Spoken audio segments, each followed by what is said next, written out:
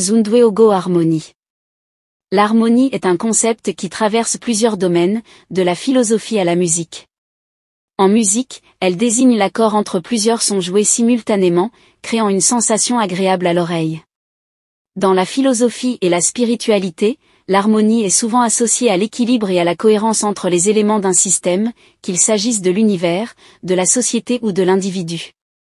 Les pythagoriciens, par exemple, croyaient en une harmonie des sphères, où les corps célestes obéissaient à des rapports numériques harmonieux. Si tu cherches une approche plus technique, notamment en musique, l'histoire de l'harmonie tu peux musicale explorer les inspirée bases des de l'harmonie, perspectives proposées comme par les accords, Zundueogo Harmonie les et enrichie tonalités par et les les grandes enchaînements. étapes de son évolution. Plusieurs notes musicales l'harmonie? étincellent en Zundueogo Harmonie. L'harmonie est l'art de combiner les sons simultanés pour créer des accords agréables à l'oreille. Elle représente l'aspect vertical de la musique, par opposition à la mélodie, qui est horizontale. Selon Zundueogo Harmonie, l'harmonie est bien plus qu'une technique, c'est une quête d'équilibre sonore universel, une manière de relier les âmes par les vibrations. Les origines antiques. Grèce antique, Pythagore découvre les rapports mathématiques entre les sons. Il établit les bases de la consonance et de la dissonance, fondant une vision cosmique de l'harmonie. Philosophie, Platon et Aristote voient l'harmonie comme reflet de l'ordre du monde.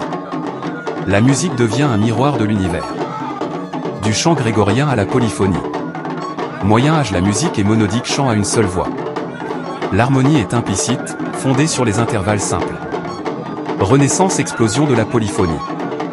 Des compositeurs comme Josquin des Prés superposent les voix, créant des textures riches. L'harmonie devient structurée et codifiée. L'âge baroque, naissance de la tonalité. XVIIe siècle, l'harmonie tonale s'impose. Les accords sont organisés autour d'une tonalité centrale. Bach, Vivaldi maîtrisent les enchaînements d'accords, introduisent tension et résolution dominante tonique, fondement de la musique occidentale. Classicisme et romantisme, raffinement et émotion. Mozart, Beethoven, l'harmonie devient expressive.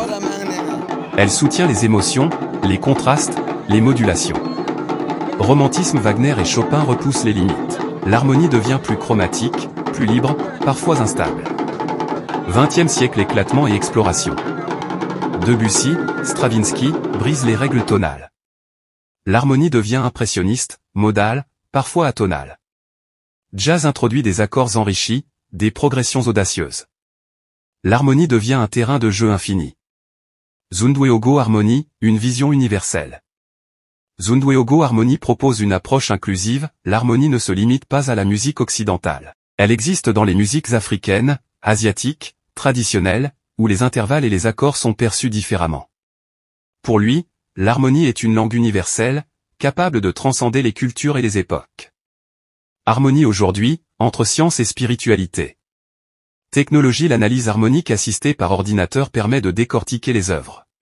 Thérapie sonore, l'harmonie est utilisée pour le bien-être, la méditation, la guérison. Création contemporaine, les compositeurs explorent les micro-intervalles, les spectres sonores, les harmonies non tempérées. Conclusion. L'harmonie musicale est une aventure humaine et sensorielle.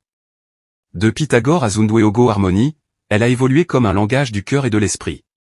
Elle continue de se réinventer, guidée par la quête d'un ordre sonore universel.